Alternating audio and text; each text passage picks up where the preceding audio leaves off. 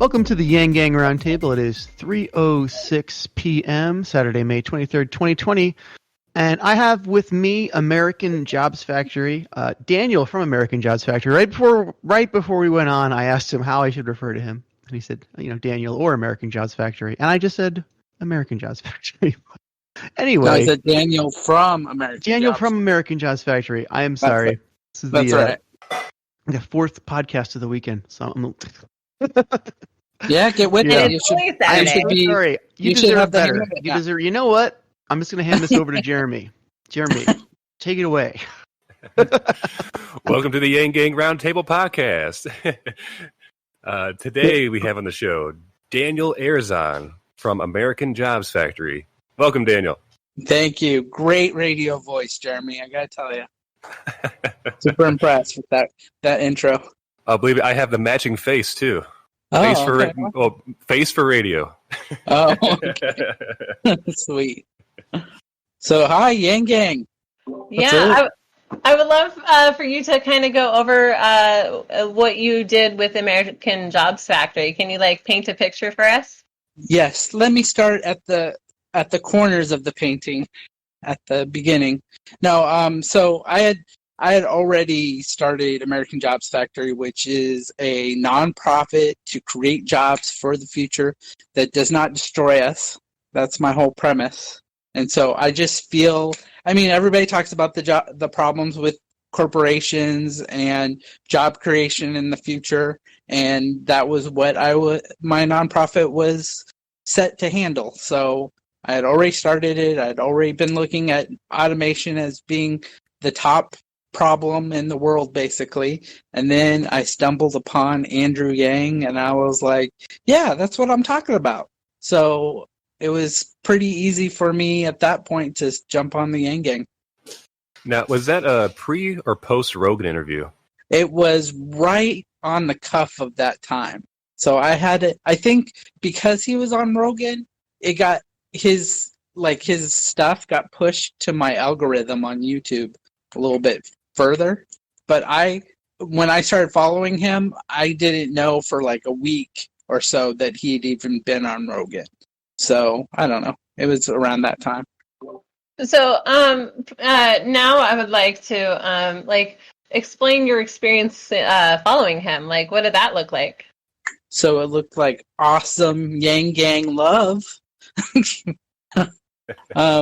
So yeah, everybody, I started the YouTube channel, and of course I didn't know what the response would be, but I'm pretty hopeful that it was going to work out just fine and everybody would be, happy about it. And I just, I was gearing towards negative comments, because it's political and things like that, but that doesn't bother me. I want negative comments as much as I want positive ones, because anybody who's excited or has an opinion about what you're doing means that you're making some kind of momentum somewhere. Also, complaints are just mass needs, right? Sure. I don't know what they are, but it's like any talking too fast. Politicization? Yeah, any publicity is good publicity, is that, the idea. So even negative comments are good. But I just found that, every time I posted or did a video on YouTube, the most positive, encouraging people were part of this group, this Yang Gang movement. And it was just really encouraging. So you have a book coming out that you're currently writing, where you're talking about the leaders of Yang Gang, right?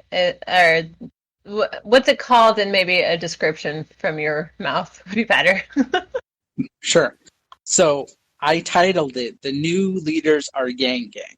And the reason I did that is because I want to highlight how the whole movement activated people that, weren't really excited about politics, but the movement activated them to be leaders in their communities, in political movement, in building a future that we all can be proud of.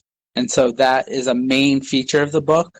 But mainly it's just about the journey I had over the last year with the Yang Gang, with, you know, the movement, or Andrew's political movement, and then, you know, highlighting those things and having behind the scenes and a lot of my opinion. I'm Fantastic. curious. I'm curious what the evolution of people has been from your perspective, because you worked alongside a lot of different leaders that started, and I'm sure you've seen their growth through this as well, like alongside your own, I'm assuming. I'm curious, like, what did that look like to you? Well, the passion that have seen in a lot of the Yang Gang is the same kind of thing that I'm talking about. People that just were not having anything to do with politics and just stepping up and figuring it out and really, you know, leading the way to create positive outcomes. And so it has been fascinating to see these people come out of nowhere, basically, and really step up and be really inspiring. With your book, how did you and Faye Koo cross paths, and how did she become your editor? So, you know, some of those relationships, you don't know exactly how they happened, but, you know, I'm on all the social media, and I've been on the Yang Gang report a couple of times, and so I know that, I mean, I met Faye because I've traveled everywhere. I met Faye in Houston and Cypher when they were meeting Andrew for the first time. So Okay, so you've actually met Faye in person. I think, you know, you're the only one here who has. Okay. Well, yeah, I've met a lot of you in person, which is crazy. But like the other Faye's on here now, and I met her in person too when I was in wherever we were. Vegas. It was Vegas. I have actually never once met a fellow Yang Gang in person ever. Oh wow. Oh wow! You need to come to rallies. I don't have the money to go to rallies. Oh. That's Well, why aren't you I in do the California? podcast. Aren't you in California? No, I'm in New Oh, York. New York? Ariel Oh. is in California. Oh, okay. So, Yeah, he's met me twice at both of the I'm in New rallies. York, and not the city. That's also too expensive for me. okay.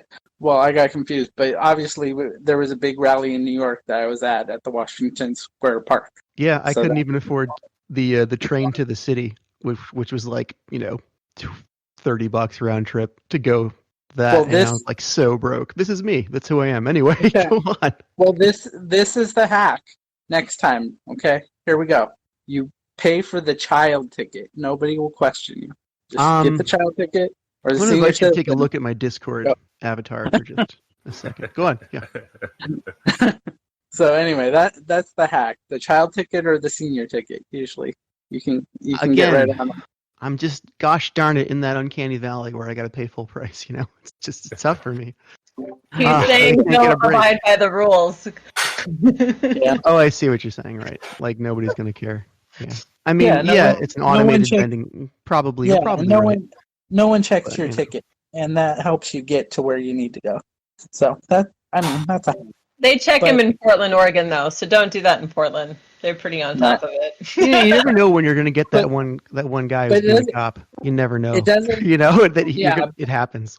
Right, Yeah, but yeah, they don't charge you $30 in Portland, Oregon. I'm pretty sure, but yes, it's pretty expensive in New York.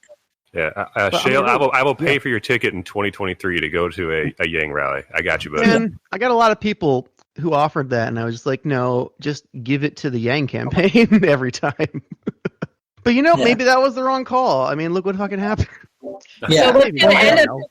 What's going to end up happening is we're going to have that Yang festival that everyone's talked about, and it's going to happen, and then all the Yang gangs just going to meet each other finally. Like, I mean, Yeah. people talk about it. I don't know who's organizing it, but it's in the works, I'm sure, or like in the back of everyone's mind at least. Someone's just got to pull the trigger, I'm sure. Well, this, as being a bootstrapping entrepreneur, I've had to learn that there is a thing where you have to be humble enough to just take money when it's offered to you, and then try to do something positive with it. So, I mean, that's one of Yeah, those things. I hear you. I mean, I'm personally no stranger to taking money. I had a Kickstarter to raise. I did a Kickstarter to raise for like an album I was doing a long time ago, like 2010. I was doing a rock album, Cool. with a Hey. band and stuff, and like But this time I just thought the money would be better given to the Yang campaign itself. Every time that anyone's like, "Shale, I'm going to pay for your ticket to go to New York," I'm like, "No, I'm going to stay here," and you give it to the Yang campaign. So like one more person who hasn't seen the commercial will see the commercial or anything because I'm already there. I'm already a full supporter. But Yeah. hi, Faye. Thanks for coming. Welcome. Thanks for having me. I couldn't miss our good friend here, our special guest. Hey. Especially since you're working with them. Well, Faye does so much out there for the Yang Gang. I can't really say that she's specifically working for me, but she is a helper to many, I would say. Well, I intend to, perform the super function of volunteering for everything that needs it. We need people like that, though. Yeah, she does a lot here too. She's one of our assistant producers. So, Daniel, one thing I'd like to know is, as a person who traveled a lot with the campaign, how did you afford it? So I used my special hack of having a family member in the airline industry who got me free tickets, air tickets, anywhere I needed to go. So that's my secret hack. I mean, it's a genius hack. Yeah, I mean, everyone has to use what they have access to. Yeah. If we're all squeezed out of the traditional means of getting anything accomplished, we have to use alternative resources. Yeah. Yeah, go on. Yeah, that's a major asset. So you could really just book any flight essentially, and yeah, I was going standby. So if it was a full flight, I would have to wait till it wasn't a full flight. But it worked out most of the time, so that was good. And then personally, I mean, through the last year, I had saved up all kinds of stocks from just Robinhood. That was my savings coming into play as far as that was concerned. And then I've been, doing a little YouTube and entrepreneurial stuff, trying to get the business up and running. How difficult was it to manage both following the campaign and you were still doing American Jobs Factory at the same time, right? Or was that before? So American Jobs Factory is, because it's a nonprofit, I need to get the word out and I need to develop it up, which is still a work in progress. So I need people to understand like how that really, I feel, is the solution for America for having better outcomes for everybody's lives. If we can have a system of jobs that basically works for everybody.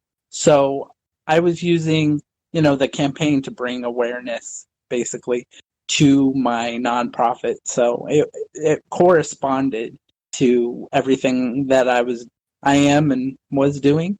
And so that will continue on. The only thing now is I'm trying to shift the YouTube channel to more of a nonprofit effort and awareness. So I'm going to, as soon as I really get all my eggs aligned or all my stuff aligned, then I'm going to interview nonprofit organizations and nonprofit ideas and talk about just humanity forward and things like that. So that's the direction my YouTube channel is going to be going in. It's fantastic. We had the 1K project on earlier today. So, hopefully we'll all be meeting each other. The UBI community is so nuclear, like just a bunch of nuclei rating your feet, just with people rotating around orbiting is the word, around the nucleus, And so many of us don't know about the efforts of each other. And sometimes we can help each other, and sometimes our efforts are even redundant. And we'd be better if we just talked to each other, coordinated, and redistributed where we were working, what we were working on. So it's great to know you, and it's great to know your YouTube channel is going to do some of the same stuff we're doing, because we've got to bridge these communication gaps. What kind of nonprofits do you need to find? So I'm going to there's not a specific nonprofit. I'm just going to more have it be a nonprofit channel where I don't, talk about the campaign as much anymore. I'm going to probably filter in some stuff about Andrew Yang, but it's going to be more geared towards his nonprofit rather than him politically. Is kind of the idea. Well, I guess what I mean by that was like, are you looking for people who are distributing money to people in need, or are you finding people who are actively on the front lines passing out food? Are you finding, like, what areas are being tackled ideally in your search for nonprofits? Like, what kind of organizations as a type? So I haven't really expounded on what kind of type, like I said, but yes, like basically I'm going to find nonprofits that are solving a specific problem in their community, and then do like, the mini interviews to kind of talk about what the problem is that they're trying to solve, and encourage people to volunteer for them and donate to them and things like that. So Daniel, in Jobs Factory, do you connect certain types of people with certain kinds of work, or do you find people in exploitative work relationships to get them out of there and into something better? So American Jobs Factory, to kind of give you a little bit of how it works, is basically the nonprofit is just to connect people to work and have all the human resource functions not be about profit, be about people, and not worry about, how much money a company is making, because it's all, nonprofit organized. And so there's certain things in organizations, like I heard a little piece of the 1K, and I've heard, lots of complaints around how corporations function. And, specifically nowadays, it feels like every corporation, you're just a number and you don't really matter, because what it comes down to is the bottom line, right? The profit. And, if the company can fire you and make more money, then they'll do that ultimately. And then I've worked for so many companies that personally, that in orientation and whatever, they talk about how awesome you are, or how much they're focused on people and making a great organization. But when it comes down to it, some of their values are their shareholders first. When it comes down to it, like what's right for their customers and their shareholders.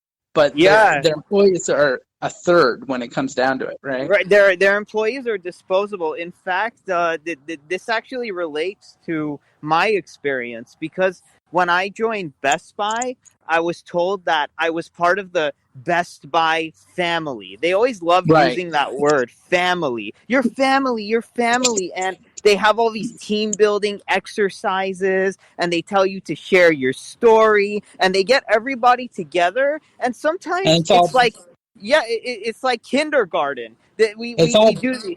Yeah. It's all bull, right? When it comes it's all bull. It's like your family, and we love you and your family until you don't serve the bottom line. Then we just abandon you and we don't give a damn about you. But before you're family, and we want you to feel special and happy and know that we love you here. Oh, you didn't serve this bottom line right here? Okay, bye. Yeah, that's how corporations work. So part of the, besides the nonprofit being an HR function that's not about profit, there's certain systems you can put into place so that you're not just a number. And one of the biggest systems is open source, having information that's easily communicated to your employees and is not secret, because that's another big thing all corporations do, is they don't tell you what you're being measured by. Like when they're ready to lay you off or fire you. Or how you can have a raise, Yeah, exactly. It's a big mystery, or what other people are making, or how to make more money, or whatever. So all that needs to be open source. Doesn't mean that you need to be published, like your exactly what amount is tied to who, because you could have your own specific number that only you know, and your employer or whatever knows. and you can find yourself on a list, but that should be open source. And then you should have actionable steps to know what would make you more valuable to the company and therefore help you to grow in the company, make more money. All this would seem like common sense. I mean, but yeah. But it's not, because there's this whole idea in the corporations that it needs to be secret, and employees are not trusted to be smart enough to handle information, and all these type of things. That's demoralizing. That's dehumanizing. I mean, I you know what bothers me the most? When you don't get hired and you're not told why, and you get laid off and you're not told why, then how can you ever improve? It's so stupid. Well, so I want to just interrupt for a minute, because this is awesome. You guys just keep talking, but I wanted to find out, do you want me to go ahead and share your link for the Indiegogo? Sure, is that ready? Okay, I'm going to go ahead and share that and the American Jobs Factory website for everyone, okay? Continue talking, sorry. Thanks, Faye. Appreciate you. It's just like the secrecy that these corporations keep from their employees. Right. And so creating a system where all that information is open and communicating, then that's one of the solutions. One of the other solutions is who becomes management to make decisions. Do you have a way that somebody, coming in on day one has a path forward to start to someday make management decisions for everyone? Because what happens is the people at the top hire Ivy League people from business school that has no connection to the actual people, or working their way up in the company, and they ultimately get to make all the decisions for everybody else that they're disconnected to. So there has to be a clear path where somebody who's actually worked in the company has a path to someday make decisions, because they're ultimately going to make better decisions. Credentialism is the term we throw around to describe that scenario. Yang just made a podcast with Van Jones called Dumb Smart People, and I think you're talking about some of those. Yeah, that's a very good one. Yeah.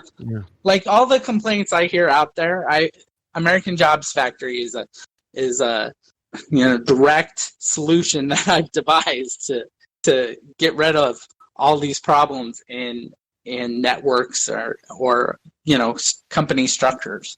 And so that's what I'm trying to build. I would like to ask some questions regarding this.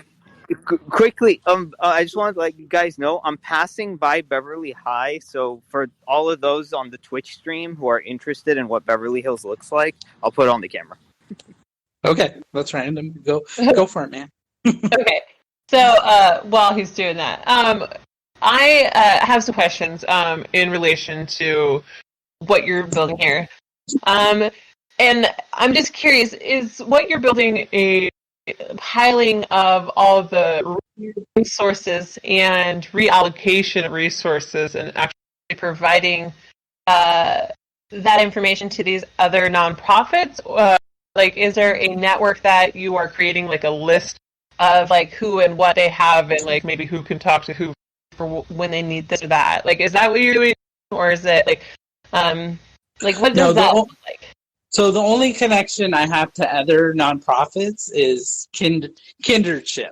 I understand the nonprofit world because before this I ran a nonprofit, and I ran a local community center in Tucson, Arizona, and that was a nonprofit organization. And so that piece of it was kind of what I was missing for this organization that I've been thinking about for years. But so this is not like a service for nonprofits. This is basically a organization to kind of take over society in a positive direction that we don't. I feel a need that is not currently being offered right now. I think that's a better idea. Yeah. Because this is the whole thing. As I build this, I really am thinking about control, and instead of trying to sell the service to companies that are already existing or try to change people's hearts and minds. It's more of a, this is what we're doing. You can either come along and join us and be part of it, or, and you have to basically follow the program, or you do your own thing. But if you're doing something wonky in our society, the plan is basically to push them out over time, because we're an organization that's doing it right and getting better results. So I think what's kind of like really sad that's happened is all these nonprofits that were doing so good lost all their funding, right? And then they just slowly disappear. And the work they did existed, but so temporary. And it's like a lot of these businesses, I think, or organizations need to be revived. I mean, there almost needs to be a revival process available to people who, I mean, of course they've evolved and maybe switched ideas or maybe joined another organization. It's not like it completely dies. These people still existed that created it with motivations that are probably still there. But it's just like when we're reliant on, the stockholders and who's invested money, it almost pulls away from the goals, But if it costs so much money to even just cover overhead, we lose so much in resources.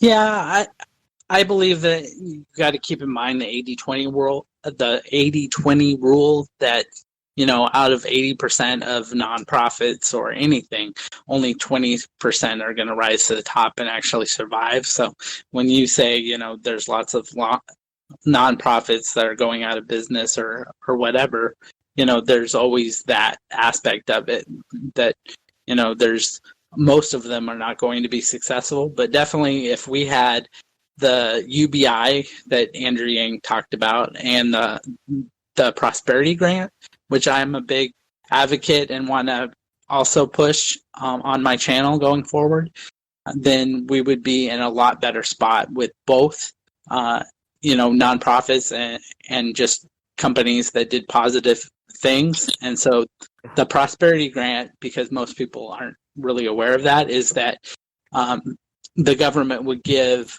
everyone $100 to give to a nonprofit a year. And so that's kind of like the one for politics, but this Democracy dollars. Yeah. Yeah. Democracy dollars, but this would be specific to nonprofits, and that would be a game changer I dig it. for us. I would love that if we all could do that. Could all be more community minded. We'd all have, we just think about the agency we have and the responsibility we have and be involved. It's nothing wrong. Yeah. I think it's so nothing little money wrong with per person per year. Nothing wrong with capitalism, but what we need is like conscious capitalism. You can call it human-centered, you can call it what, but it's like, is this capitalism, helping people in their mental health, in their lives, in their, physical health, or it's just a scoreboard? I get the high score, you get the low score, so you can just like drop off a cliff, Well, for me, when I look at nonprofits, think of a bake sale, right? You can try to raise money with a bake sale, and if you only tell your friends and family in the area, you might raise a few $100s, right? But imagine if you had more income to raise money by advertising and marketing, and you had someone helping with that skill set, and then you reach 10,000 people, the amount of money you could raise is significantly different, right? Because you've expanded your networks. And I think nonprofits act in that way. Like, I think we have a lot of bake sales that don't know how to even finance the advertising necessary in order to launch their mission forward into more eyeballs. There's just not enough people even willing to help in that capacity. Yeah, that's definitely true. I mean, most nonprofits are operating at such a low level, but just like any business, I mean, that's a struggle for any small business that's growing. But really, it depends on having that base, the building blocks, to be able to get to those places with an organization. To talk about your book a little bit more. Sure. So who are some of the leaders that you profile? Well, since I've met pretty much everyone, I feel like everyone will be in the book, but specifically, one of the things that I talk about, and I don't know if that's in the first 7 pages that I have published online, but the first kind of major person that I talk about is Leslie Smith, who is an MMA fighter, and she introduced Andrew Yang several times. And Leslie Smith is fighting for a union within the MMA community because they don't have the benefits that they need if they get hurt. They don't have the benefits they need to even retire. And the thing is, like, before the boxing administration had fought years and years for these kind of freedoms for the boxing society, but then MMA came in and said, well, we're a different organization, so they started from scratch, and they're keeping unions out and not providing like these basic necessities to take care of their fighters. Yeah, that's wild. It's like you would imagine an occupation that has an injury rate of 100%. Yeah, you would have basic necessities met. Right. And what is her name again? Leslie Smith. And she tried to start a union, and so immediately they were, hurting her negatively by keeping her out of fights and just kind of doing a campaign of against her for trying to create a union. So Andrew stepped up and helped her out to pursue suing the MMA in order to help organize the union. And I don't know what the status of that is now, but he was a big help to her. And that's kind of the things that she talked about while introducing him. Yeah, I remember her speech introducing him back in San Francisco. Man, I think that was like, yep, that was in the early days. I think that was like March 2019, somewhere around that that time. That was the first rally I went to. Oh, wow.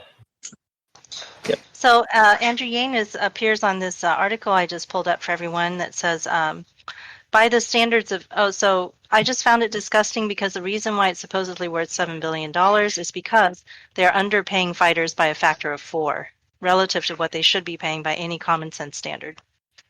Right.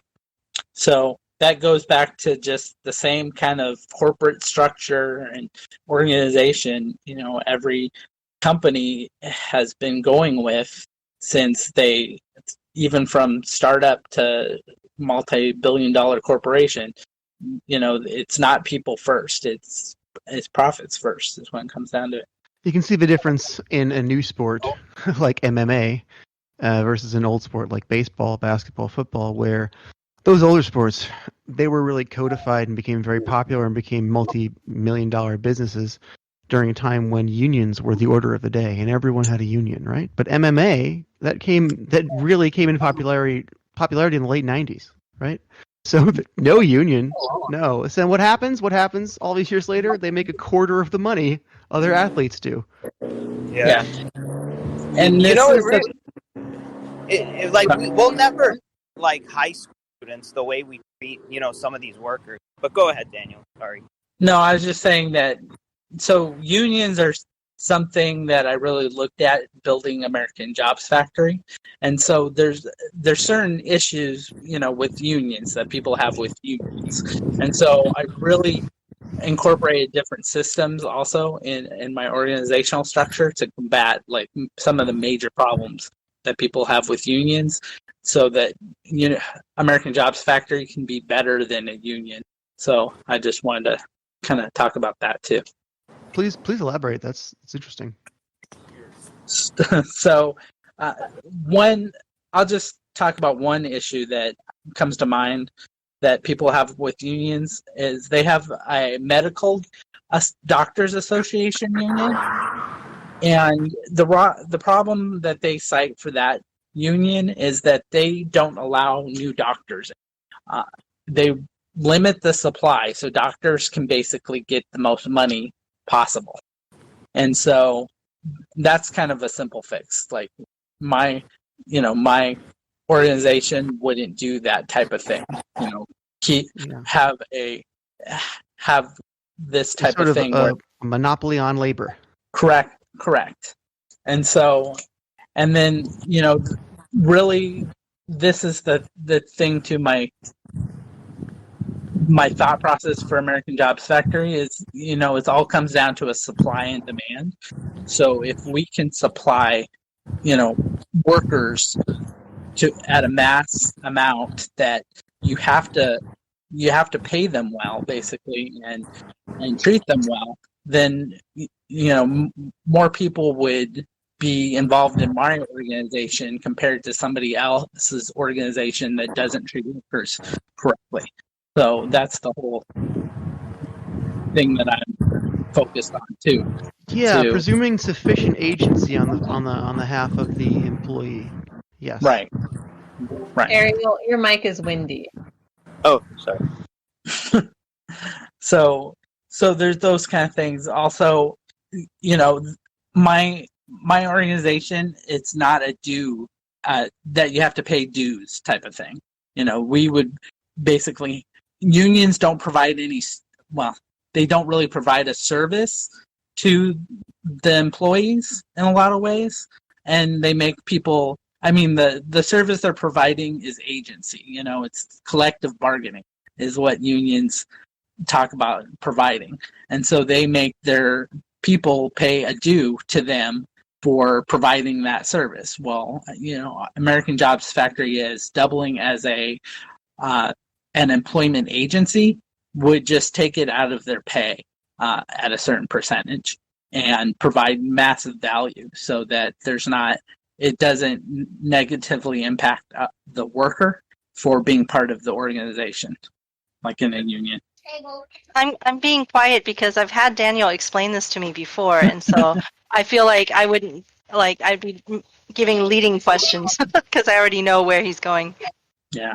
Well, thanks for listening, babe. But if anybody has those questions of but hey, I don't think this would work because of this reason, I'm more than happy to hear it, and I'm always improving things.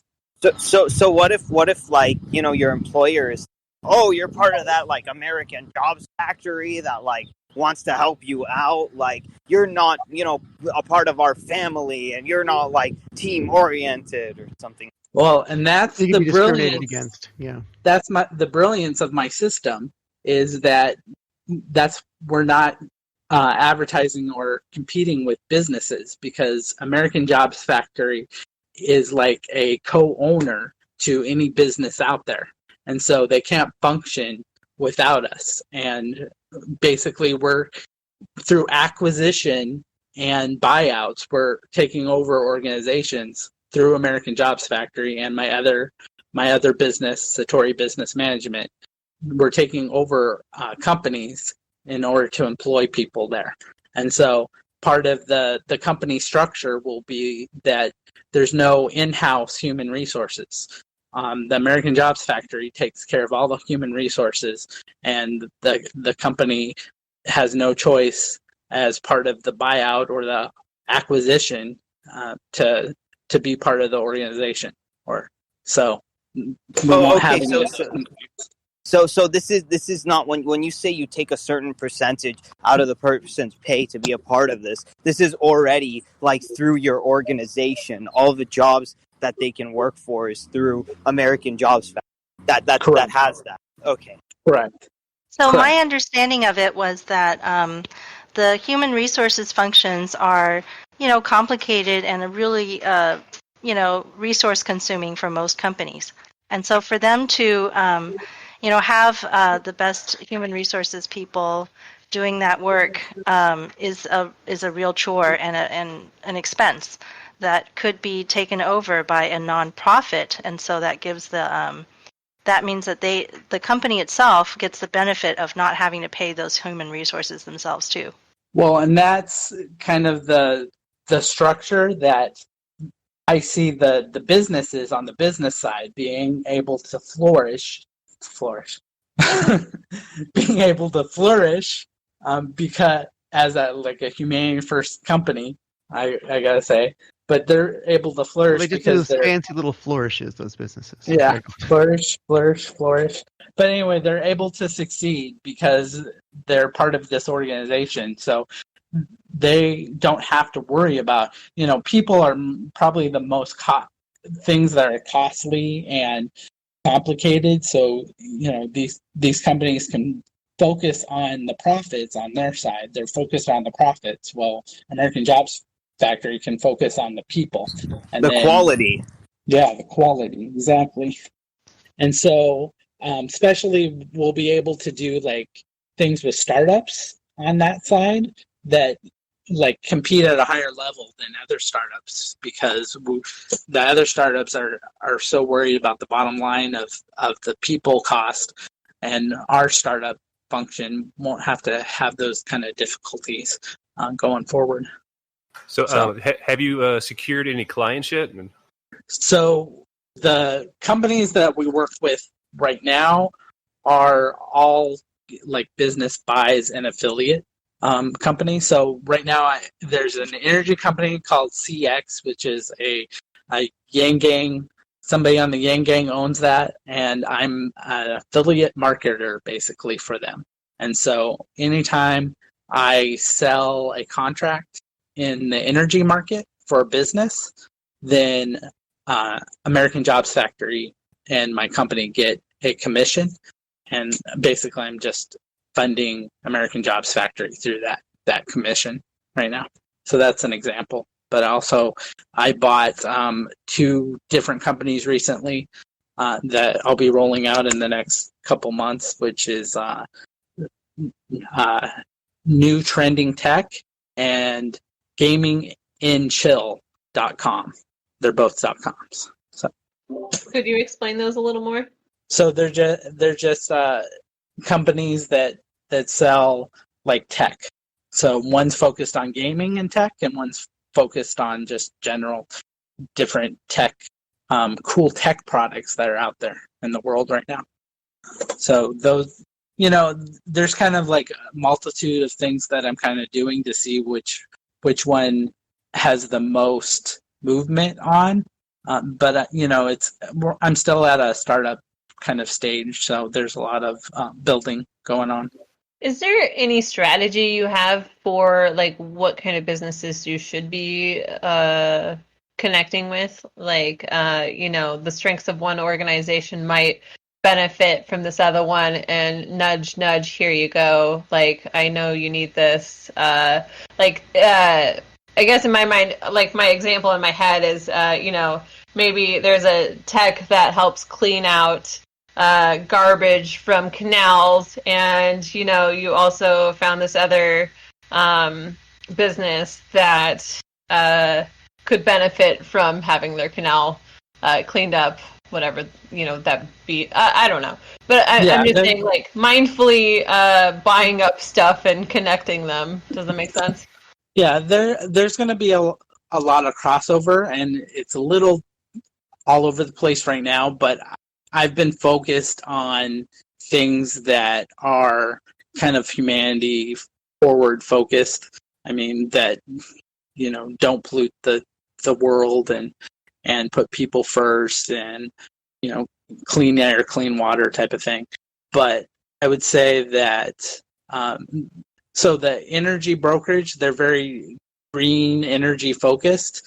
And so that's kind of why I've combined some efforts with them, and the whole tech kind of niche, it goes along with another book that I had written before this that I'm still working on. It's completely written, but I'm still working on editing and marketing. And so I guess that's what I was going to say is I had kind of focused on, especially with the channel and everything, is focused on a marketing type of company to get more of these business things out there that I'm doing, communicated to the public. So I'm focusing on increasing like a marketing company first, and then moving on to other things. Seems like a smart strategy. Thanks. So the book, new leaders are Yang Gang, I have right now I just have the first 7 pages available to read through, based off my Indigo campaign. But you go to it just links back to the website where you can download it free. All it asks is an email to communicate further with you. And the rest of the book, more than half of it is written. I've been lingering on finishing it because I really wanted to see what the response would be out there for people wanting a Yang Gang book. And either way, I will finish it, but I am looking at, with everything going on, I'm looking at more things that for my business right now, because I want to, I need more revenue to be able to do more marketing and things like that. So it's been kind of difficult balancing that. And that's why my YouTube channel has kind of lingered in the past couple months, especially with Andrew dropping out. It's been really hard to focus on getting new YouTube spots out there for people to watch. And with Corona and everything, it feels like everything about the virus or whatever has been talked about at this point. So it's hard to think of new avenues to center on about that. So I would like to share my excitement I had when I read about your book. Okay. Yeah, so when I read what you had in mind, I got more excited than I'd like to admit, because you were frontlined to network with the most people in person, right? But you also got to see people and their character, and you witnessed an angle on the campaign that is not commonly seen, right? And you could highlight these leaders that other people would actually want to get in contact with. And because of your experience with that, you could provide what kind of resources that person even might mean to somebody. And the people looking for that person could finally find them, Like you might know people who are really good at computer programming and create this beautiful setup, and that's their talent. And then you got someone else who's really good at maybe they made banners or something, and somebody else needs that skill. And it's almost like you could help the skill sharing thing happen, because this person knows photography, they could teach you it, or video editing, and people could find their mentors. And I think that's what we struggle with, is we don't know who to look to as a mentor. And your book, full of leaders, we would finally know where to look, and we could get them in channels like this one because we actually know where to find them. And you were in the most opportune experience, because you were able to spend time, with these people as well. And that's where my excitement came from. I was like, yeah, wow, this is exactly what everyone needs. And with that in mind, Faye, I will definitely look at making sure I put that in the book as a point of communicating that for people to try to find each other, for sure. That really makes me happy. But yeah, your book essentially could be a tool for society if just done mindfully enough. It's not like it's extra work too much, really.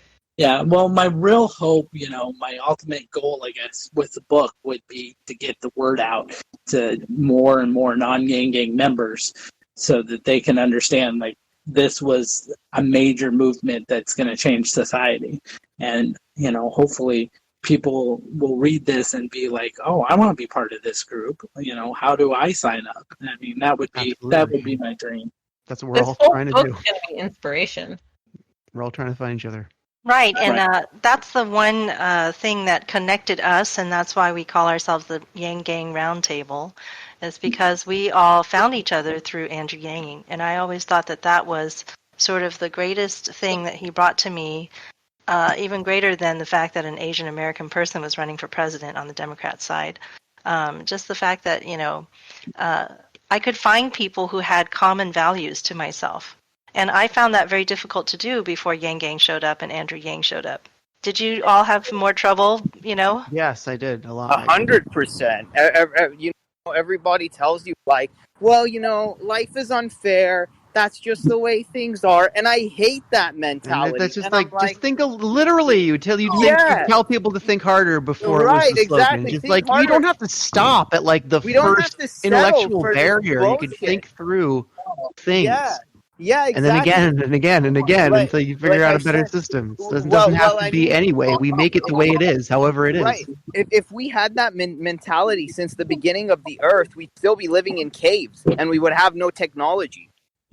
Well, But, this is what Yeah, finding each other is not enough. Like, we all actually have agendas that we want to push and things that we want to get done. We want to improve the world, and we are busy doing it. absolutely.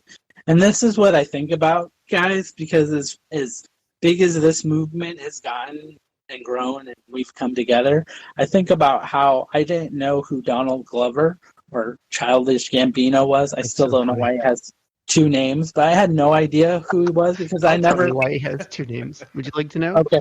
Well, Childish let me Gambino finish is this. his rap name. No. Well, I understand. I guess I understand. You know where that, it comes from? A random Wu-Tang Clan name generator from the early internet. So there it is. but- okay. Well, but why did he go with it? I mean, why does he need a rap name? Well, you know, it's an alias. You're performing, your performing persona. You release music under it. I don't know.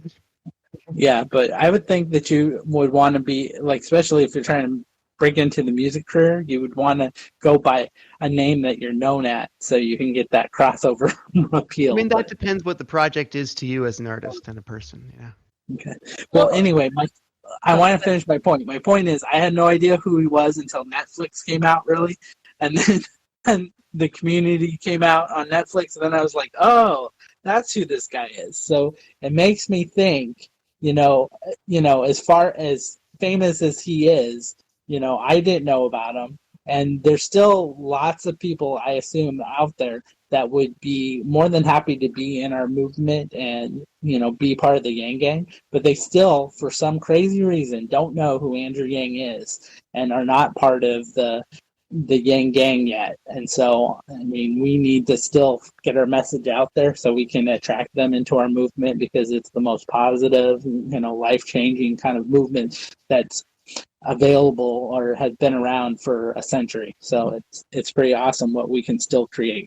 Well, the other thing too, which I'm noticing is, okay, so when I went fully nomadic outside of Yang Gang, prior to this all happening, like, I was looking for people, like, I needed a crew or friends or inspiration, and like, I've never had somebody I could work on projects with, right?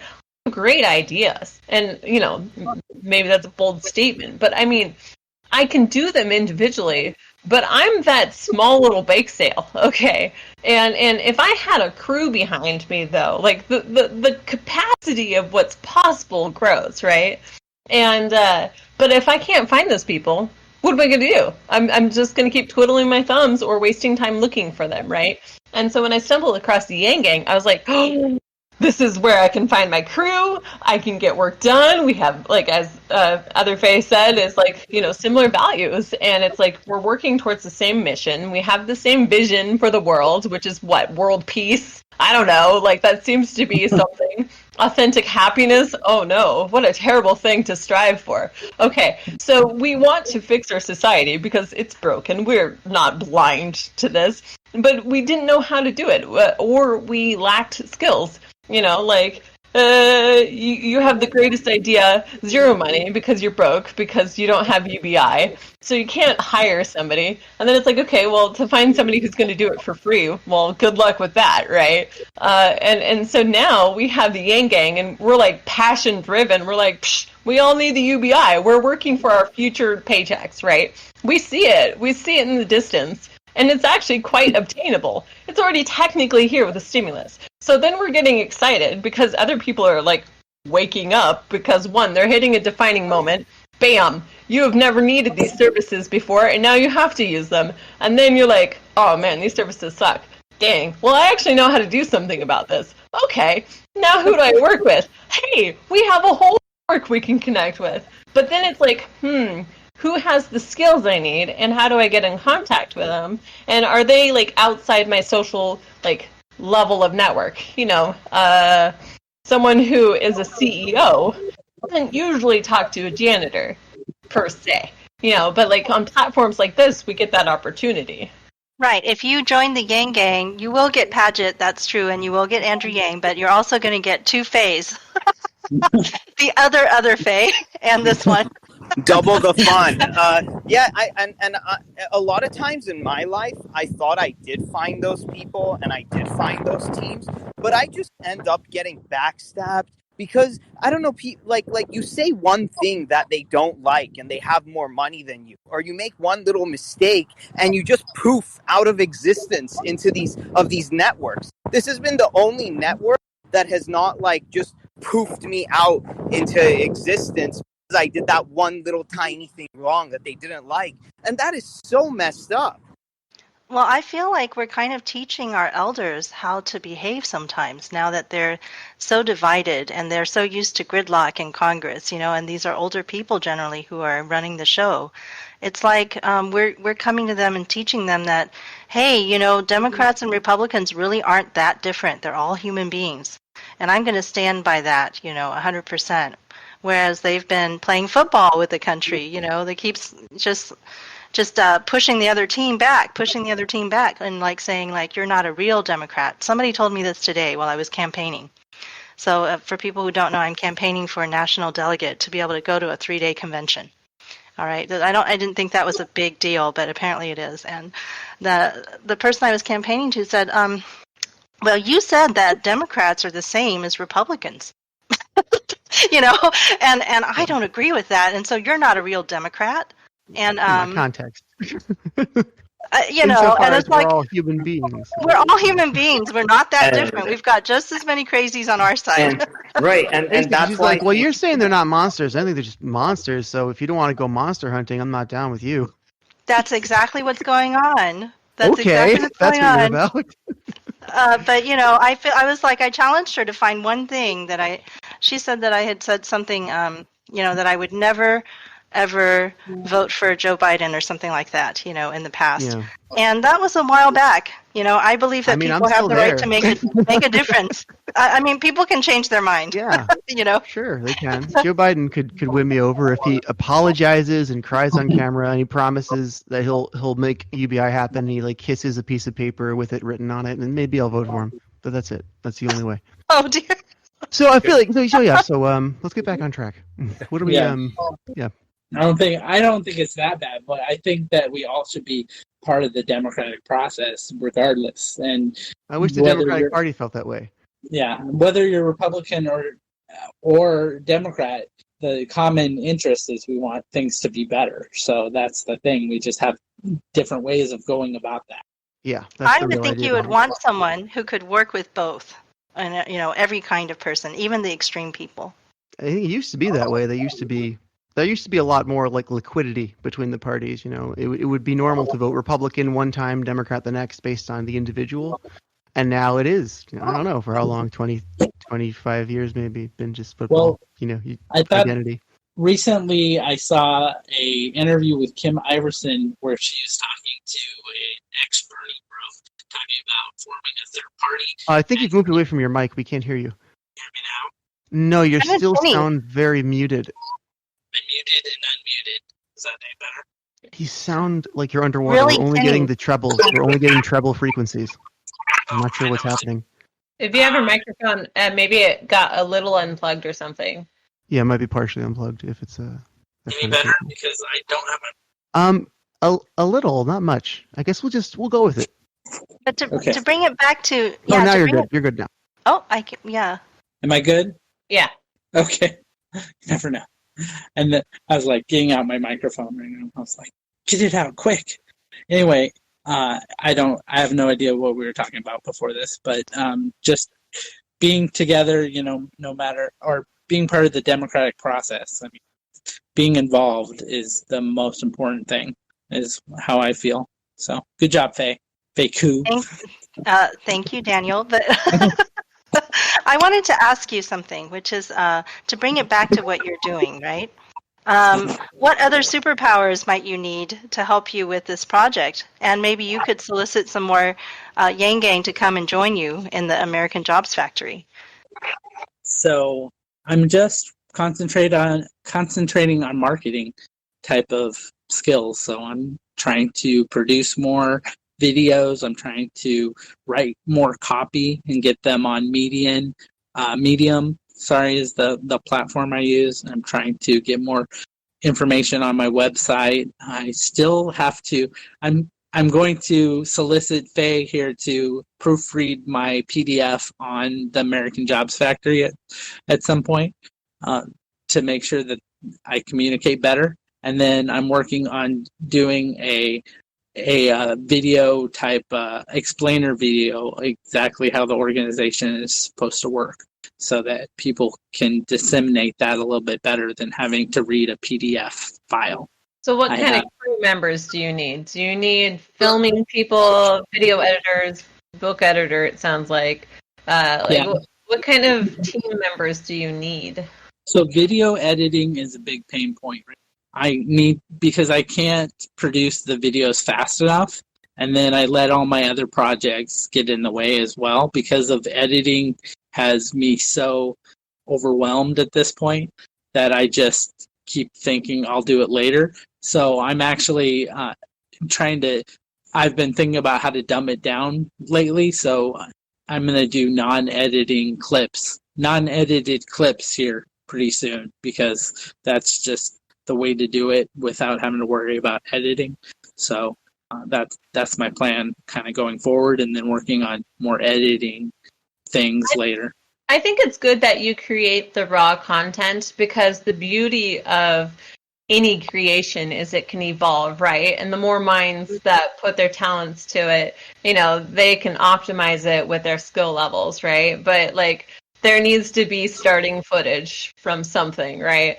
And in my experience recently, I started a puppet show thing, right? And I don't like video editing. I'm like, I can record, I'll even pay for the extra Zoom thing. But if you like editing, opt in, take your call, here is your quest if you so choose to take it, right? And guess what? I found a video editor right quick, because I actually offered it, and and I don't need any credit for what comes out. If they put me in the credits, that's great, but I don't necessarily need any of the, what do they call that, accolade?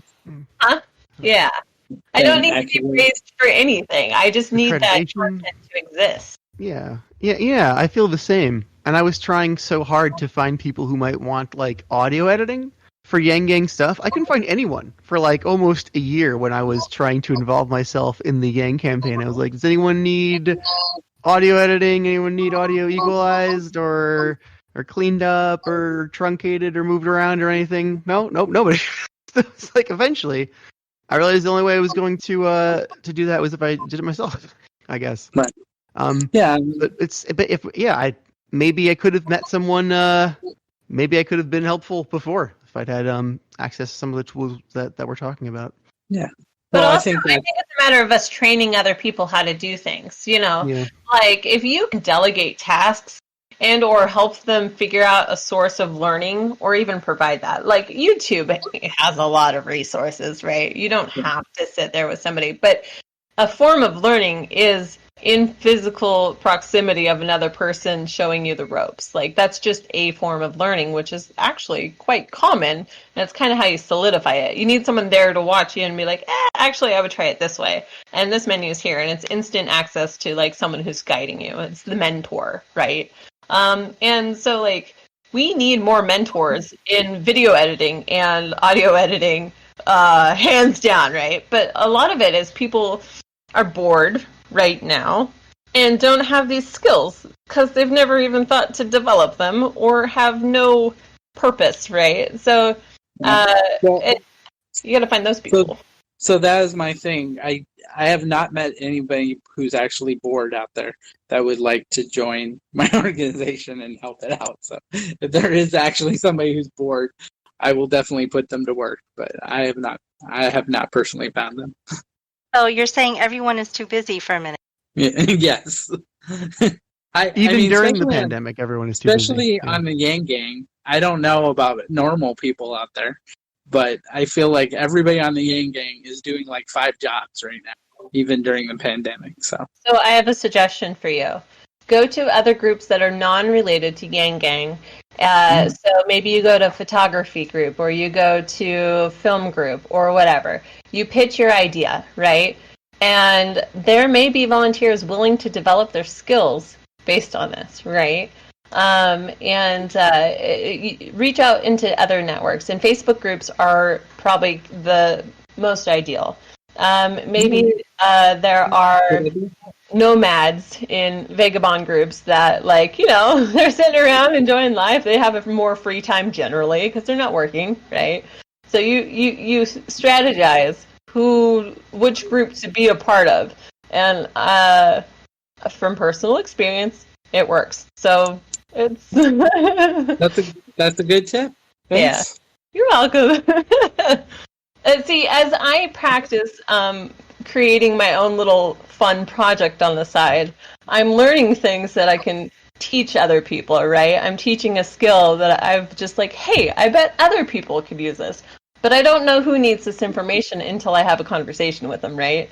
So it's good for us to network, because then we can come up with customized examples of what they need. So and so like on the business side, like if anybody needs any business advice, like how to create an organization at low cost and get it licensed, and get even free business advice from people that run multiple companies. I have connections to other people that run businesses that can give. Do you want to put like a UBI T-shirt company together? Yeah. Me and you for our podcast, because everyone here's got no money. We got to figure it out. Yeah, exactly. I don't know. I've been thinking about something like We think we get a lot done for not having any money. Merchandising, well, that's the thing, where money comes in. That's where the real money comes from. If you follow any YouTuber who made it big, they didn't get the money from YouTube clicks and likes, okay? They got it from merchandising, but people like punny things, okay? Like, they hate it, but they love it. They deep down love it, right? And so you appeal to those things, right? Anything that makes somebody laugh, more likely they will buy it. Okay. Yeah, so just think of that. Well, my issue with, so I'll tell you my little story about trying to do merch. So originally I did merch on Teespring, and they had a design program on Teespring, and I put together all these shirts that I was excited about, and then I'm literally wearing a Teespring shirt right now. Right, and so I put together all these shirts that I was excited about, but at the time I didn't have any type of a following, and so nobody bought them, and then they only had like a limited time that you like post them or have a campaign, and so it ran out, and then they don't have the for some reason you can't redo the design for being sold. It's like over, and so then I tried to recreate it, and they got rid of their design platform altogether, and they said, okay, you have to go to a third-party design place and create it again, and then just import it. So I've tried to work with like free design software since then, and I can't find anything that can reproduce what I had before or give me the right tools for me to be creative. So I've been not doing merch since my first attempt. I'm sorry that happened to you. Do you want more suggestions? I have more for you. Yeah, I also have an idea, which is that if you go to some of the YouTubers, what they do is they actually make their own commercials that they put inside, and they can get a direct advertisement like from the corporation that they're that's advertising, instead of waiting for YouTube clicks and things like that. My suggestion actually is guess what? We have the Yang Gang, and the Yang Gang has resources. We have people who love making stickers. We have people who love digital design. We have skilled members everywhere, right? It all boils back down to who, right? Right. So then you think about what cities have most of the creatives. LA, they're really good with what? Film, okay. And we also have entertainment in Vegas, okay. And then, but LA also has anything you could possibly need for a movie. So they can make anything there, right? So you have to think about what city has what as their marketplace. And that's where you're going to find these creatives. I would definitely look in LA, and San Diego ain't quite. We have a few people in Texas too, in Austin. That's where our creatives end up. Yeah, so based on the type of marketing you're looking into, but also what you do is you go into, say, Instagram or whatever, and you can find people who are local to you or whatever, or where you want to be. You comment 3 words or more, and you make sure you tag random things that are somewhat related back to what you're doing. Like, oh, you look great. Oh, it looks like you enjoy this kind of thing. I have this thing that maybe you would be interested in, right? Copy paste. Add their name to it so it feels customized and that you actually care about them. And you just find people with maybe a large following, right?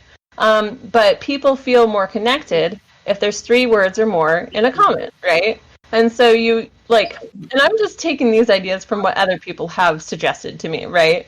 Like I've used some of them and I've gotten a little better at it, but I'm not pro, right? Everything's a learnable skill. You develop it. And so you just keep an ear out for what works, But those are my ideas.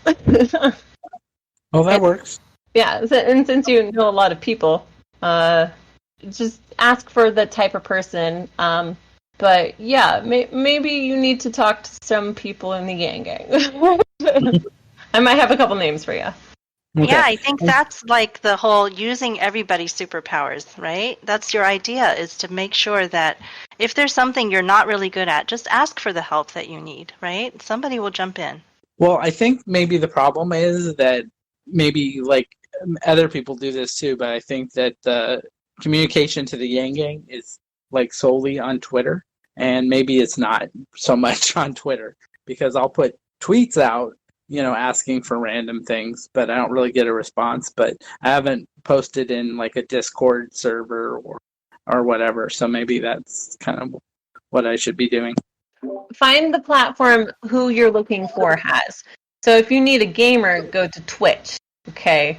If you need a artist, go to DeviantArt. If you need a group of people, go to Facebook groups. You gotta figure out where to find these people, and that's where you go to. Twitter might be Yang Gang, yes, but maybe there's Yang Gang in all these other groups, because realistically, we're part of many platforms per individual. And what we noticed while we were in the same room together was that, we're all interconnected in one way or another. And so, like, if you pay attention to the platforms that keep reoccurring, like, you got to download Slack, or you got to download Discord, or, okay, well, what kind of people do we find? I mean, there's an app called Whisper, okay? It's you anonymously tell your deepest, darkest secrets, right? So that's where the complaints are. That's the real problems of the area. People are just going to lay it out there because they feel safe, right? So if you need to give, or if you need specific examples of what's going wrong, that's where you go look, right? So it's really hyper-analyzing what already exists as platforms. We don't have to reinvent the wheel. We just have to put the car together. Yeah, but your point, it comes to play that there's so many different platforms out there. So it's hard sometimes to figure out what is the right platform for what you need. Because, like you said, Twitch and Facebook groups, and oh my gosh, how many, there's the Discord server, there's Facebook, there's, so many different ones out there. It gets a little overwhelming sometimes. If you need clarification, I have done a significant amount of research in this. You tell me who you need, I'll tell you what platform to find them on. I got you. Okay. I understand. Okay. Well, thank you very much. See, I see what your book and all these things that you're trying to do is so beneficial that like the knowledge I bestow upon you is nothing to me, right? If it means like it can help you add value to whatever you're creating. And so like I want to help you because I think what you have experienced needs to be shared and it's for the greater good of a lot of people. So and we could proof of concept this, we could create Yeah. this reality. Okay, And then sounds good. if we successfully do it, we can replicate it in other networks outside of Yang Gang. Gotcha. Absolutely. So, yeah, it's just about moving forward. I mean, that's the whole thing. I mean, doing this for a while, I just feel like, all the pieces will finally fall together, eventually. You just got to keep pushing and look for the pieces to put into your puzzle. And finally, your puzzle will finally make a picture if you just keep at it. I'm really happy you came on, by the way.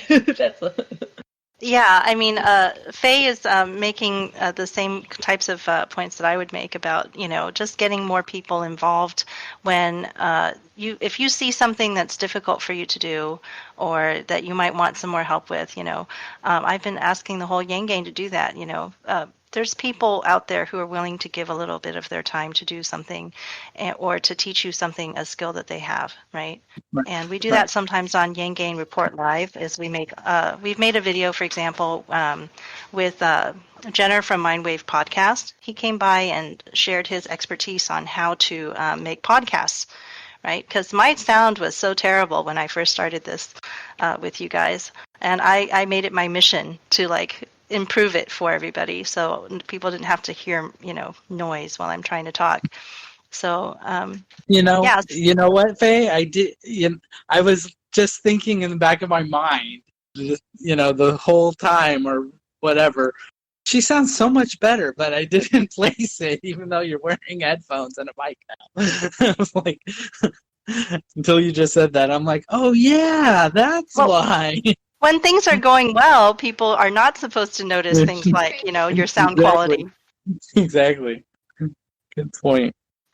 But yeah, I definitely wanted to respect my my coworkers. I don't know if we can call this worker, co-hosts, and try to do better by them. So. Well, it's like people just pay more attention to your message if they like the medium. If your voice sounds nicer, clearer. So we just try to do everything we can. But yeah, you do sound like. Well, I have a microphone coming because I was told I needed a particular kind of microphone, and so that'll be good. Apparently it's on back order. So this is Excellent. what I got for now. Fantastic. I like it.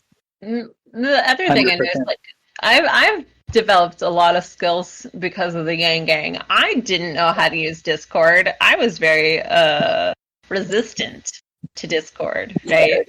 And there's still platforms I'm resistant to, but I started Twitter because of the Yang Gang, right? I never used it before, but then I learned how to use it in an optimal way that is in alignment with what I'm willing to, do. But then when I started learning how to use Discord, I was able to use it in my own personal life, my own personal projects, right? And as I do these side projects, guess what? I'm learning other things from a whole different network of people. Guess what? I could relay this back to this other network, and it becomes this beautiful personal life merger, if you will. You can replicate your skills into different networks. And when they have questions, you're like, oh, yeah, on this podcast I'm a part of, I've learned all these things that I can share with you now. That doesn't happen in too many other platforms, I think. Hey, have you? How are you doing with the Slack? Because I had to learn Slack this year. It was really difficult. Slack is hard for me too. Yeah. That's the one I'm avoidant of. Okay, so I actually did a YGRL training for Slack with Angelo, who's one of our regular speakers, and with Brendan Carpenter also showed up from the, they were both Humanity First movement leaders, and they, but we have technical difficulties and we can't get it off of Annette's computer. So we are going through all these, technical issues, but I feel like if we don't tackle all of these issues one at a time, and we just get frustrated and say, well, too bad, we just don't know how to do this, then we can't, do that moving forward and growing. So once we get that done, I'm going to invite everybody to come and learn about Slack from like 2 experts. It's interesting how so many people seem to be on Slack exclusively or everything but Slack. So it would be good to get on Slack. There's something strangely intimidating about Slack. Maybe it's just that those particular people who seem to be intimidating people are on Slack. And it seems to be sort of a cultural place for people who take themselves just a notch more seriously, whether they are more serious or not. So yeah, let's learn Slack. Let's get on there. I know. I'm not selling it. I'm explaining why I have avoided it, but that's not a good reason. I'm getting it out there. Just putting my reasons out there so I can conquer them. But our Discord server podcasting is quite intimidating to some people. Yeah, I realized Have you noticed? that. Like, it's funny. It's a different world. It's just like, yeah, I didn't even know that Discord was hard for people until recently, when people, I guess, just come from Zoom and expect Zoom to be the default. I don't know. Well, people are drawn to what's familiar, right? Yeah, and Slack is for like professionals. It's like, I guess if you have a certain like middle class kind of office job, Slack is a standard for a lot of industries. So those people know it. And I guess if you play certain video games, you learn Discord. Probably how I learned Discord. Well, I definitely came to Discord through gaming and was using it for several different games, and eventually came on to the Yang Gang, and then all of a sudden there were like 12 of them. It proliferated all of a sudden. I didn't even know about them, for most of the year. But the thing is, each of these platforms having catering to a specific population is what's keeping us divided. Right? Yeah. So if there's none of us are willing to go out of our comfort zones and go to that other one that's really intimidating over there, or that seems really scary because I don't game. Why do I want to be on a gaming platform? Because I don't want to watch other gamers on Twitch, Sure. Then we just can't talk to each other. And so, like, we still need people who are connectors, who can go between. And that's, I think, part of our roundtable, right? If Congressman Go ahead. If Congressman Tim Ryan can make a Discord, then I can make a Slack account right now. I have a Slack, guys. I have not been on it forever because I don't know it. This is back to what I was saying. How like you got to go to Facebook groups for this kind of person. You got to go to this group for this kind of thing. It's a great point. We don't even think.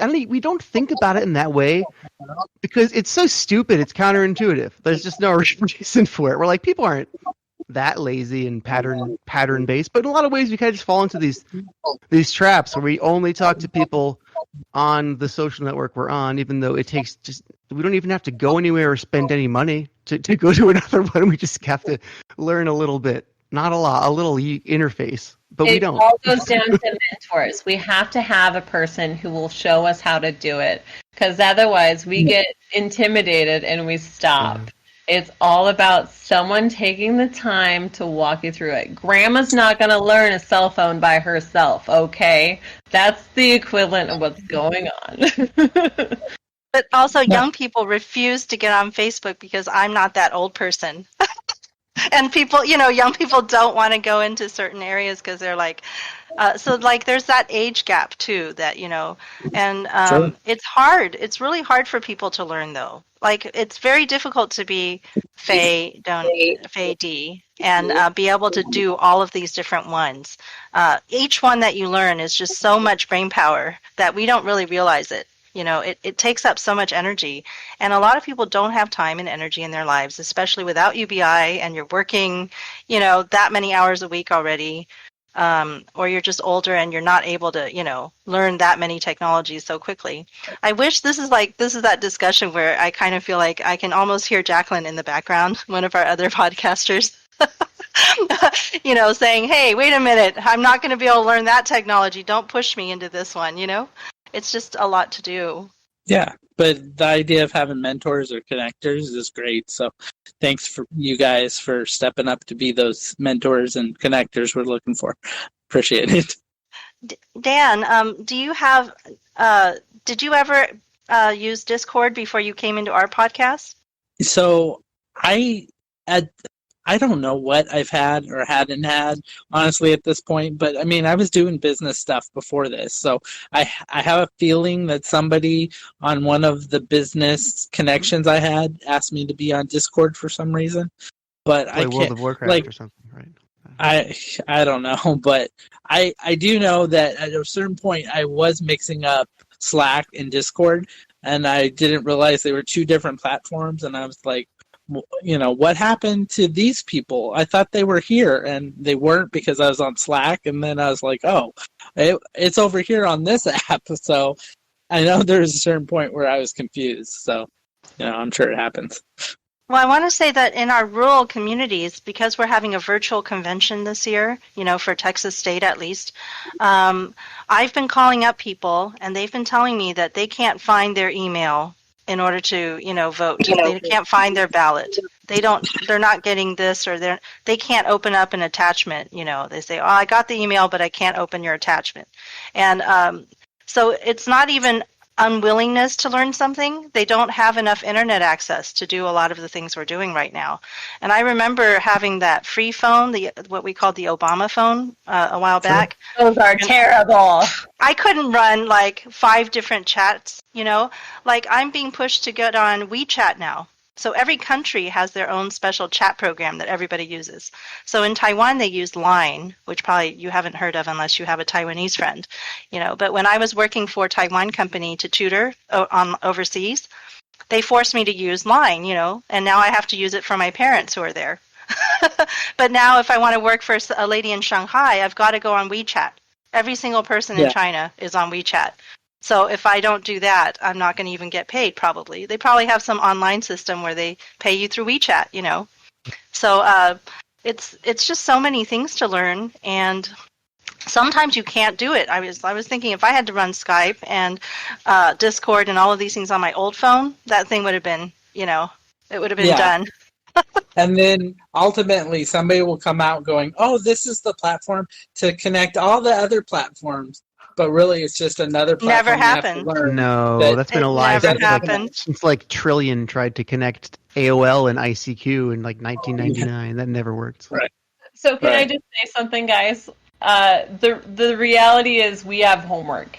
And the homework is to write down all the apps that you use and decide the type of people you find there and what kind of talents they have and how you can optimize these particular groups to cater to your needs. But you literally have to write them all out and then categorize them. I use these apps for videos, okay? And then you got to sort your apps, essentially. And nobody wants to do that, right? But the truth of the matter is, we have to. Like, where do you go to vent to people? Who are your friends?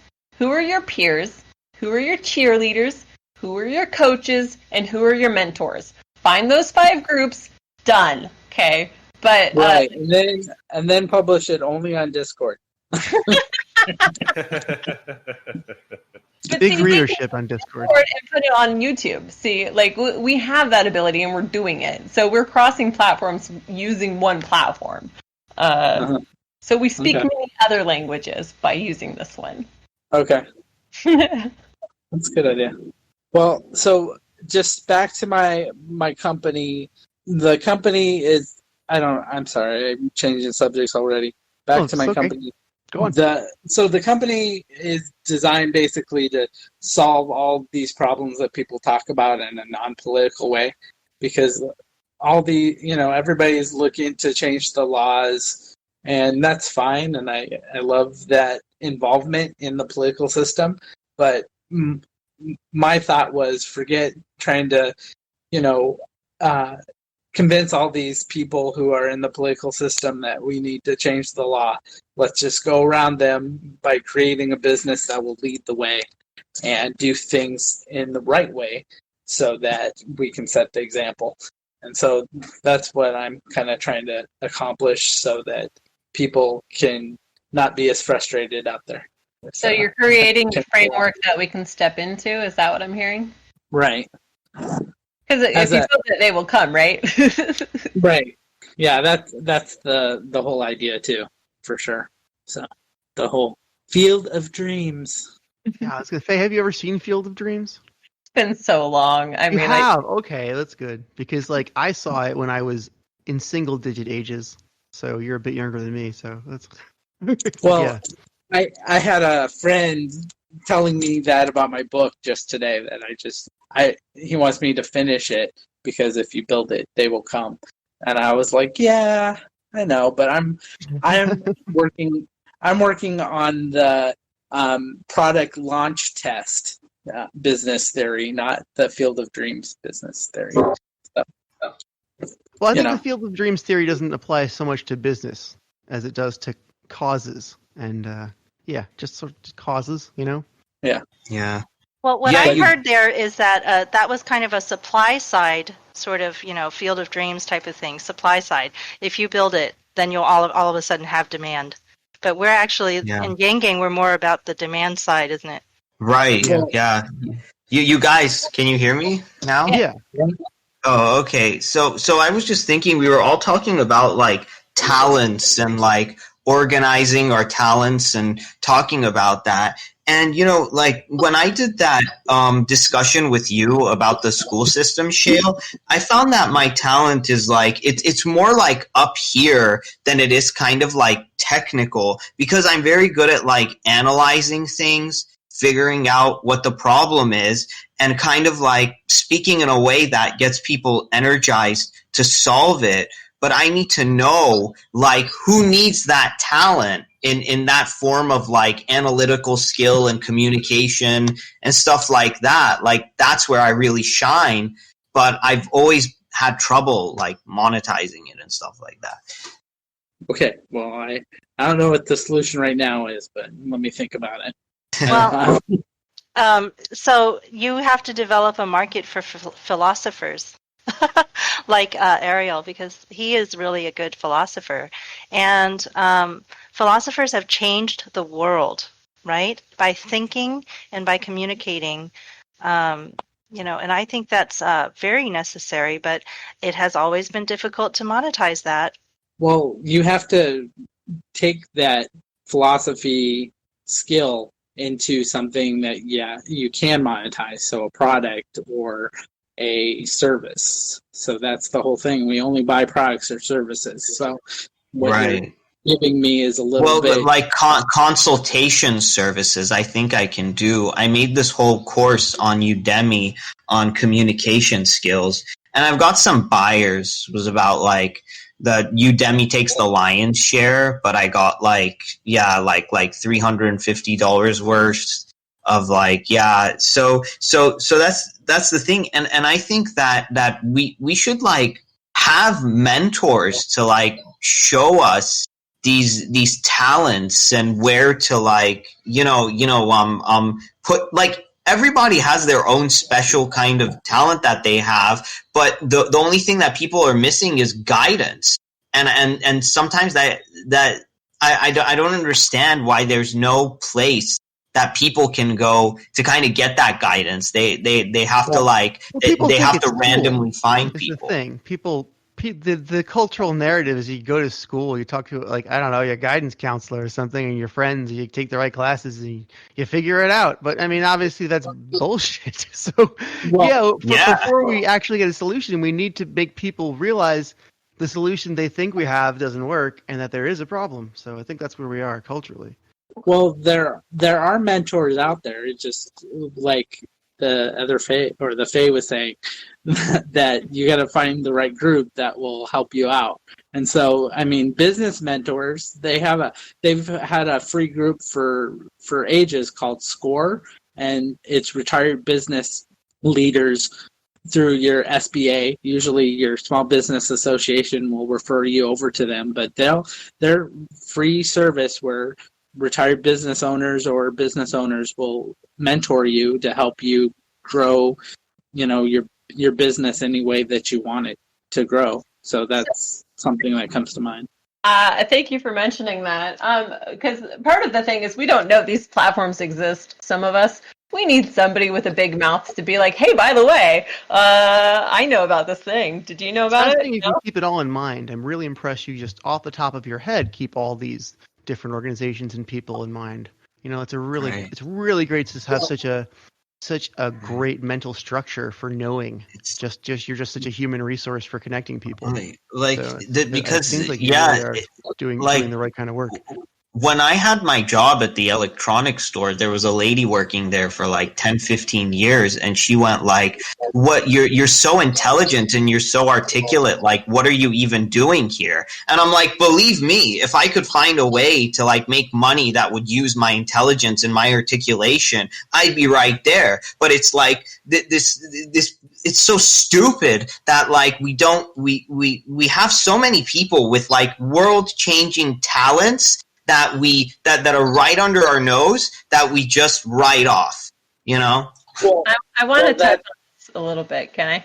well, let me just say that I think that's the UBI solution, to put the money in our hands so that we can get that creativeness that's being bottled up out there into society. But go on.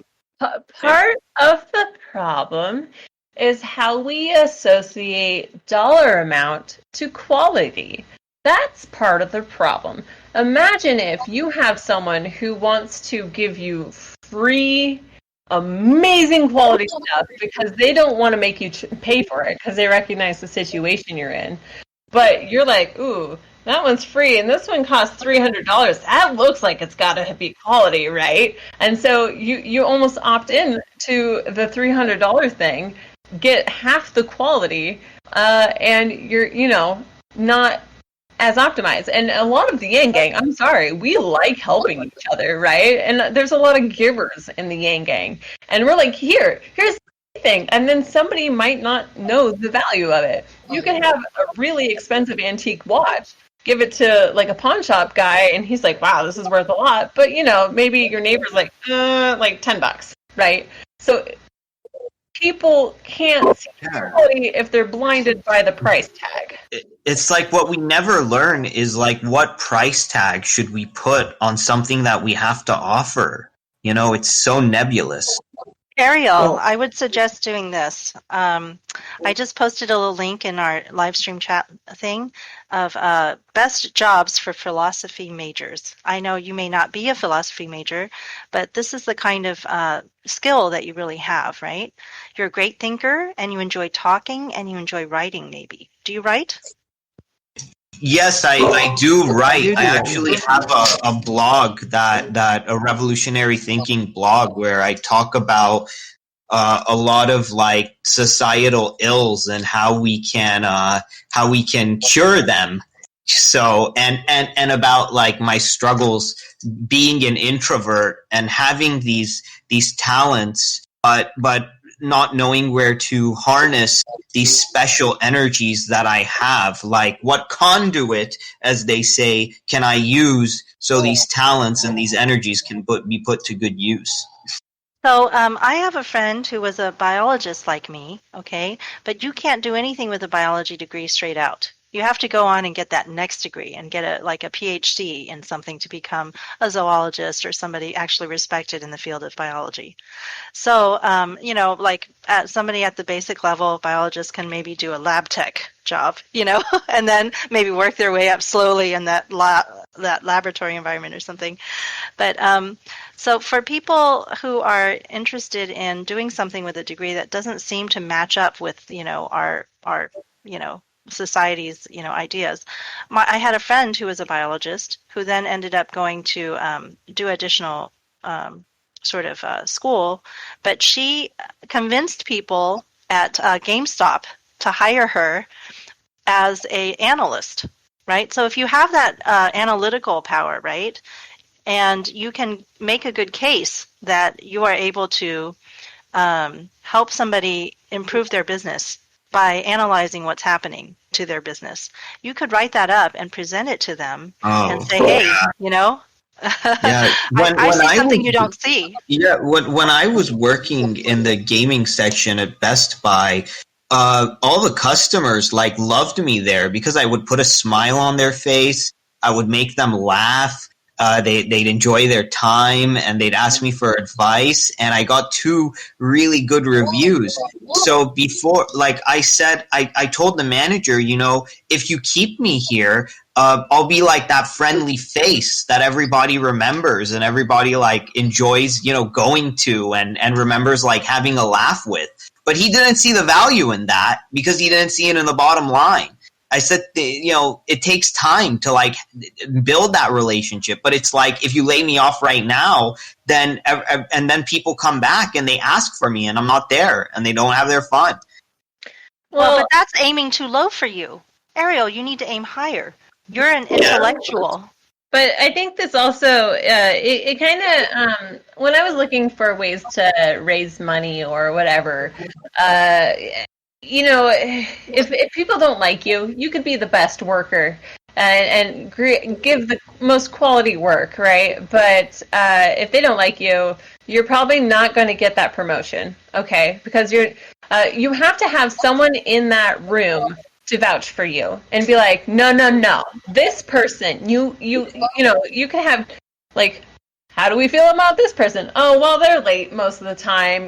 Like if they're going to complain about you instead of talk about you or like pull you above the others, you need somebody in that room to vouch for you. You need someone, especially if you don't have credentials, if you haven't spent money into college, because, we like transfer this price tag of education to how much value we can give to you. But reality is if you're self-taught, you might have learned more, but you don't have this little credential piece of paper being like, all right, this is proof. No, you need somebody to be in a special room vouching for you and be like, all right, this person's important.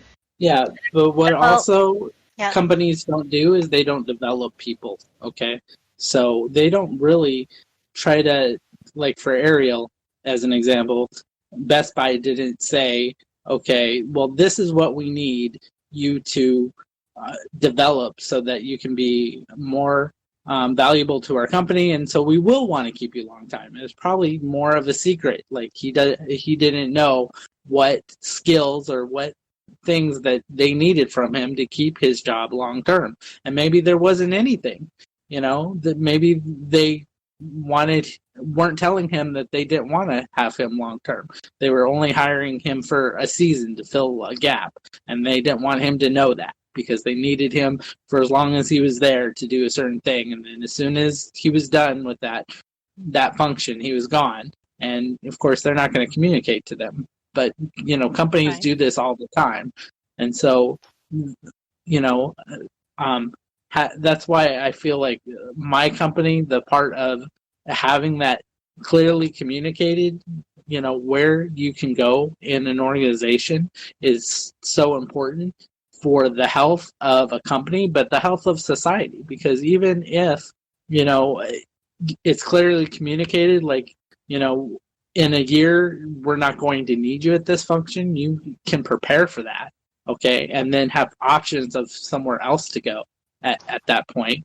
And if it's not with that organization, you have skills now that you can put towards your own endeavors or other endeavors. So yeah, you just don't leave a person to hang dry, even if you do plan on not keeping them. You say like, oh, but we got this idea, so you kind of have a path. But if people don't have a path, they're not going to be happy. It's like, okay, it's like, because there's only so many times people want to start from scratch until it just drives a person insane. It's like, how many times do people have to reinvent themselves over and over and over again until it's like, hey, you know what? This isn't right. This is disgusting. Yeah. Well, it's always the solution of personal responsibilities. Reinvent yourself. It's your fault.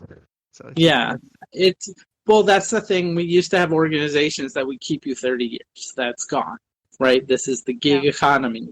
We're in an ends justify the means society, especially now. And the ends are profit. And so whatever gets us to profit is conceptually okay in our society at this point. And that's the problem. And that's what Andrew's trying to solve as a governmental. That's what I'm trying to solve as we're all an trying organization. to solve, as people. Yeah. Well, now Daniel and Ariel's approach are a little bit different because Ariel, what you've done is, presented yourself as an employee to somebody.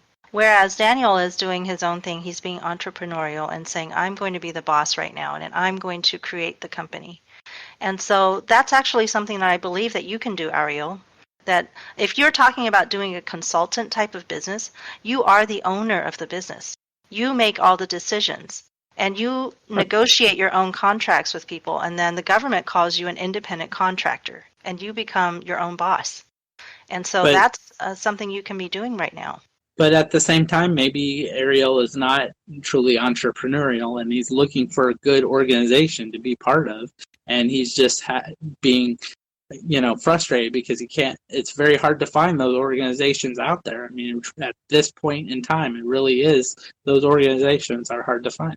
Yes, they just don't exist. But you could present yourself to as an employee and always be in that situation. Or like me, I am a tutor.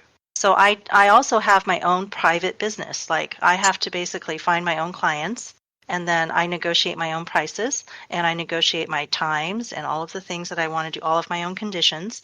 And I'm not necessarily all that protective of myself or even of Zephyr sometimes, but I do whatever works out, And so if you are going to go that route of being like a speaker, you would have to find your own gigs. So now you're in the gig economy. You see what I mean? Yeah, that's that. I understand. It's just that, like, if you present me with what to do, it helps more than just saying like, okay, like put something together right now and figure it out on your own. It gets really confusing. It's like, okay, so where's the start point? Where's the end point? The tools that I'm going to need to use, and then people are all like, well, that's your problem. Okay. It's I got to acclimate to that. I don't know. Well, that's what I'm saying. And like a lot of society doesn't have that kind of direction, which we need. And that's what I'm thinking about for my organization. But it's the same thing when people get out of the military and they're so lost because there's nothing out there that can give clear direction anymore. And so, we don't have these kind of organizations that are built right now that give those clear directions and give you a long-term path forward. Well, Ariel has been hurt by presenting himself to school and saying, okay, here I am, train me, I'll do everything you ask me to do. And then you come out and they don't find you that job that matches what they've been teaching you. And so that's been happening a lot. You learn a trade and then you find out, hey, robots and algorithms can fight traffic tickets. So what do I need this lawyer for? And you've been training up all that time to do that job. So people are frustrated at these training situations. But I think if you just keep presenting yourself to opportunities and say, hey, just show up like I do. Show up and say, I can do that. Even if you're not 100% sure, but you know that you have the background for you to learn it quickly and you're able to adapt to that situation. Say, I might be able to do that. Can I have a hand at it? And I think that's going to get you somewhere faster than waiting for school or somebody to create that organization for you. We were given templates to follow. It's not the only template, but it was presented that way, correct? We could create our own templates, and we kind of already have, right? We have skill bases. We just have an identity attached to all these skills, right? I am computer programmer. Okay, well, okay, yes, but there's skills attached to that could be cross training. You can work in other fields even though you have this base knowledge. And if we cross train ourselves in all of the ways possible that apply to our dream, our vision for our life, we could really customize our templates to work for us and not against us. But again, it's realizing it's not the only one. Hey, I just want to jump in real quick and check with you, Daniel. We're going on 2 hours right now. How are you doing on time? Yeah, I'm fine. I would let you know if I had to go. Cool, right on. All right, guys. With that being said, I do got to jump off. Daniel, it's been great meeting you again, man. And I'm really looking forward to either speaking with you again in the future or seeing you on the campaign trail next go around. Yeah, why don't we Okay. call it here too? It's been a good long Yeah. episode. We all Yeah. use a rest. Yeah, I don't mind going. I was just saying that I'm Yeah. not under time It was restriction. great meeting you. Thank you so much for coming on the show, and for being, a new contact for us all to utilize. Let's get it done together. It's really good to know you. The more people we know, Absolutely. the more people Pleasure. we have to get UBI passed. So yeah, thank you again. Thank you everyone for listening, for speaking. Would you guys like to say goodbye and just give everyone your information before you go? Would you start with you, Dan? You want to just say goodbye and give your Twitter and any other links you want to give one more time? Sure. So you can just go to my website, AmericanJobsFactory.com. All my links to Facebook, Twitter, Instagram, everyth's there. You can reach out to me any way that you would like. Of course, right now, people are beating down my door, so I respond to everybody. And then, just excited about moving humanity forward like everybody else on the Yang Gang. Thanks for having me. Well, thank you. Ariel. Yeah, so you can find me on Twitter, Ariel's Armada. That's ARIELS_ARMADA. And Revolutionary Thinking, my YouTube page, is going to put up the video that I did with Faye about her lifestyle. Thank you, Ariel. Faye Koo. When I think Ariel meant the other Faye when he was talking about her Yeah, Faye. but you're next to tell us about you. That was what you were saying. So yeah, when people ask me what do you do, right? I don't tell them private tutor usually. What I tell them is I am a mom. That's who I am. And so that's not what people are asking because they want to know what you're getting paid for, right? So I am a mom, and that's the most important thing. That's my priority. And I'm at Palestine Math. Thank you. Faye D. Hello. My name is Faye Doney. My username on Twitter is at Tisdoney, TISDONEY. And yeah, I talk about my nomadic life that all my travels before the Yang Gang and kind of leading up to it on Ariel's channel. So go check it out. Thank you, Faye D. And Jeremy. Hey, thanks again to Daniel for joining us today. If you'd like to follow me on Twitter, you can find me at Jeremy Sammons1, and that is JeremySammons and the number 1. Thank you, Jeremy. And as always, I am at SHAELRILEY on Twitter. Thank you for tuning in. Stay strong out there. Take care of yourselves. Take care of everybody. We're going to get this done. And we'll see you again soon. Bye.